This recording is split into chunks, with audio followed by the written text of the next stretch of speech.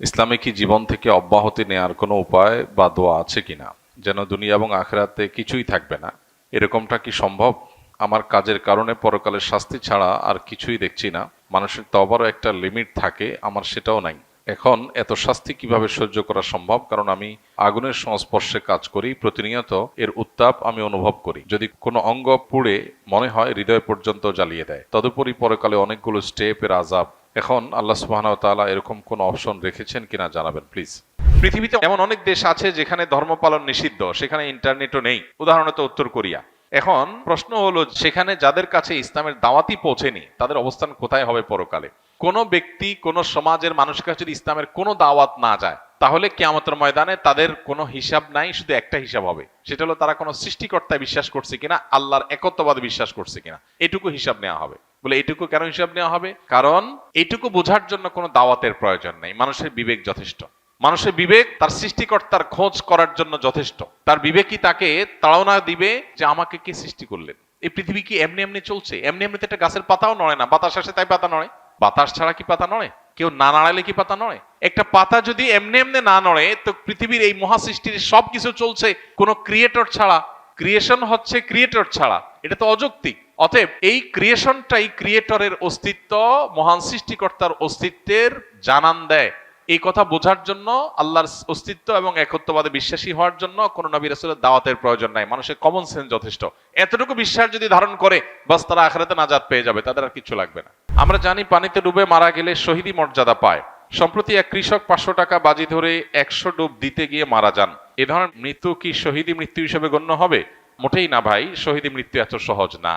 50 টাকার লোভে কোনো ভাই যদি 100টা ডুব দিতে গিয়ে মারা যান, আল্লাহ তাআলা মাফ করুন। এটা নেহায়েতই তার বিভ্রান্তি এবং ভুল পদক্ষেপ। আল্লাহ তাআলা তার এই বান্দাকে মাফ করে দিন, আমরা দোয়া করি। তার শোক সন্তপ্ত পরিবারকে আল্লাহ তাআলা সান্ত্বনা নসিব করুন। আমাদের জীবনে অনেকে এই ধরনের হেয়ালিপনা, অনেকে এই ধরনের পাগলামো করি। এই পাগলামো করার কোনো সুযোগ নাই। ইমানদারের জীবনের মূল্য অনেক বেশি। কারণ ইমানদারের জীবনের মূল্য কি? জীবনের প্রাইস কি? জান্নাত। ইমানদারের জীবনের মূল্য কি? জান্নাত। মানে জান্নাতের মতো সবচেয়ে ছোট জান্নাত যে জান্নাতি পাবে, সেও এই পৃথিবীর কমপক্ষে 10 গুণ বড় জান্নাত পাবে। এত বিশাল জান্নাত, এত মূল্যবান নেয়ামত যে জীবনের বিনিময়ে পাওয়া যাবে, সেই জীবন 50 টাকা বিক্রি করার জিনিস না। সে জীবন সামান্য একটু বাজি ধরে আমি ধ্বংস করার জিনিস না। সে জীবন কিভাবে বিলীন করতে হয়, সে জীবন কিভাবে উৎসর্গ করতে হয়, এটা শহীদ শরীফ ওসমান হাদিরা দেখিয়ে গেছে।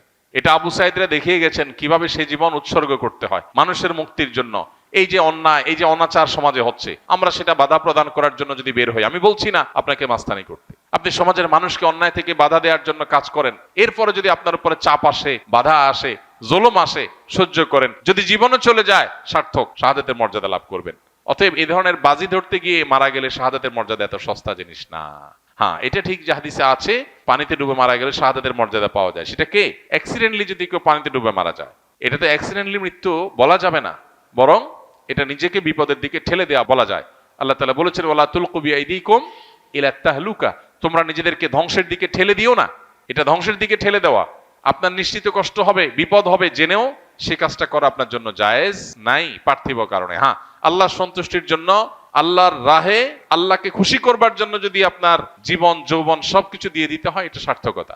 এটা সার্থকতা, কারণ এর বিনিময়ে আপনি জান্নাত লাভ করবেন। তো যাই হোক, আল্লাহর বান্দা, তার ফয়সালা আল্লাহ তাআলাই করবেন। আমরা দোয়া করি আল্লাহ তাআলা তাকে মাগফিরাত নসিব করুন।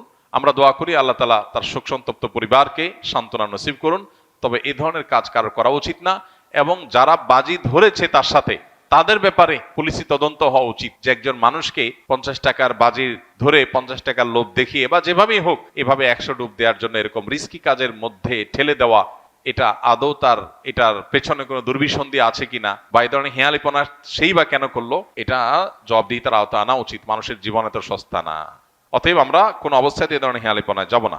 ইসলামে কি জীবন থেকে অব্যাহতি নেয়ার কোনো উপায় বা দোয়া আছে কিনা, যেন দুনিয়া এবং আখিরাতে কিছুই থাকবে না? এরকমটা কি সম্ভব? আমার কাজের কারণে পরকালের শাস্তি ছাড়া আর কিছুই দেখছি না। মানুষের তওবারও একটা লিমিট থাকে, আমার সেটাও নাই।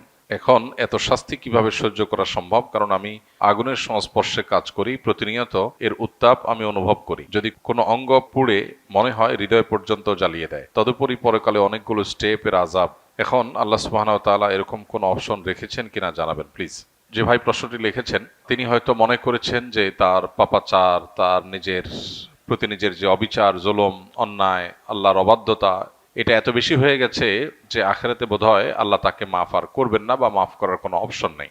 এ ধরনের চিন্তা আমাদের অনেক ভাইদের মধ্যে, অনেক বোনদের মধ্যে আসে, বিশেষ করে তরুণদের। এবং একটা বয়সে মানুষ যখন নানা ধরনের অনাচারে ডুবে থেকে নিজের জীবনকে ধ্বংসের দ্বারপ্রান্তে নিয়ে যায়, তখন এই ধরনের চিন্তা ভাবনা আমাদের অনেকের মধ্যে চলে আসে। তো এই ধরনের চিন্তা ভাবনা যাদের মধ্যে আসে তাদের আল্লাহ সুবহানাহু ওয়া তাআলা বলেছেন, লা তাকনাতু মির রাহমাতিল্লাহ ইন্নাল্লাহা ইয়াগফিরু যুনুবা জামিআ, তোমরা আল্লাহর রহমত থেকে নিরাশ হইও না, আশা ছেড়ে দিও না, কারণ আল্লাহ তাআলা সকল গুনাহ মাফ করবেন। এই আয়াতে আল্লাহ তাআলা বলেছেন তোমরা সকল গুনাহ আল্লাহর কাছ থেকে মাফ পাবে, সকল গুনাহ তিনি মাফ করবেন। এমন কোনো গুনাহ নাই যেটা ক্ষমার অযোগ্য। যিনি প্রশ্নটি লিখেছেন তিনি লিখেছেন তওবার একটা লিমিট আছে। এটা ভুল ধারণা, তওবার কোনো লিমিট নেই। তওবা এমন একটা সিস্টেম যেটা আনলিমিটেড। বান্দার তওবার কোনো লিমিটেশন নাই যে আল্লাহ এর পরে আর মাফ করবেন না, এমন কোনো কথা কোরআন হাদিসে কোথাও বলা হয়নি। বরং বান্দার পাপ বা অপরাধ যত বেশি হোক না কেন, আল্লাহর ক্ষমাশীলতা তার চাইতে অনেক বেশি। কেউ যদি মনে করে যে আমার পাপাচার এত বেশি হয়ে গেছে যে আল্লাহ মাফ করতে পারবেন না, তিনি তার পাপাচারকে আল্লাহর ক্ষমাশীলতার চাইতে বড় মনে করেন, বেশি মনে করেন, যেটা আল্লাহ সম্পর্কে তার ভুল ধারণা। তো এই ধরনের নৈরাশ্য শয়তান মানুষের মধ্যে সৃষ্টি করে। আল্লাহ বলেছেন ওয়ালা ইয়াসমির রাহিল্লাহ ইল্লাল কওমুল কাফিরুন, আল্লাহর রহমত থেকে অবিশ্বাসী সম্প্রদায় ছাড়া, কাফির ছাড়া অন্য কেউ আর আশা ছাড়ে না। রহমতের আশা কেউ ছাড়তে পারে না, যদি কেউ অবিশ্বাসী হয় সেই কেবল আশা ছাড়তে পারে। তো এই যে আপনি আশা ছাড়ছেন বা আশাহত হচ্ছেন যে আল্লাহ আপনার কোনো গুনাহ মাফ করতে পারেন না, এত গুনাহ আপনার হয়ে গেছে, এর মানে আল্লাহ সম্পর্কে আপনার ভুল ধারণা জন্মেছে। আল্লাহ সম্পর্কে এই ধরনের ধারণা থাকা এটা ভুল এবং কুফরি। এজন্য এই ধরনের ধারণা পোষণ করা অনুচিত। আপনি আল্লাহর কাছে পরিপূর্ণ তওবা করে ফিরে আসেন, আল্লাহ তাআলা সমস্ত গুনাহ মাফ করার ওয়াদা করেছেন। আল্লাহর ওয়াদা আপনাকে বিশ্বাস করতে হবে। আপনি যেটি লিখেছেন যে জীবন থেকে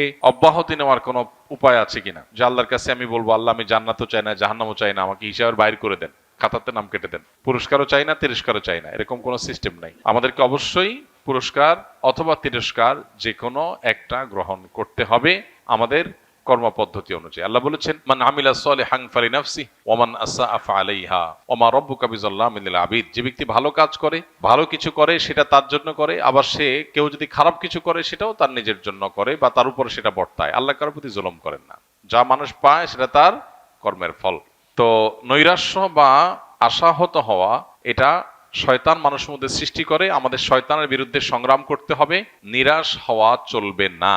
আমাদের বিশ্বাস রাখতে হবে আমার কাজ অপরাধের জগৎ থেকে সরে আসা, সংকল্প করা, অনুতপ্ত হওয়া, লজ্জিত হওয়া, আল্লাহর কাছে ক্ষমা প্রার্থনা করা, ভবিষ্যতে এই অপরাধ আর না করার ব্যাপারে দৃঢ় আশাবাদ ব্যক্ত করা এবং সংকল্প করা। ব্যাস এইটুকু যদি আমি করতে পারি, আল্লাহ রাব্বুল আলামিন অবশ্যই আমাকে মাফ করবেন।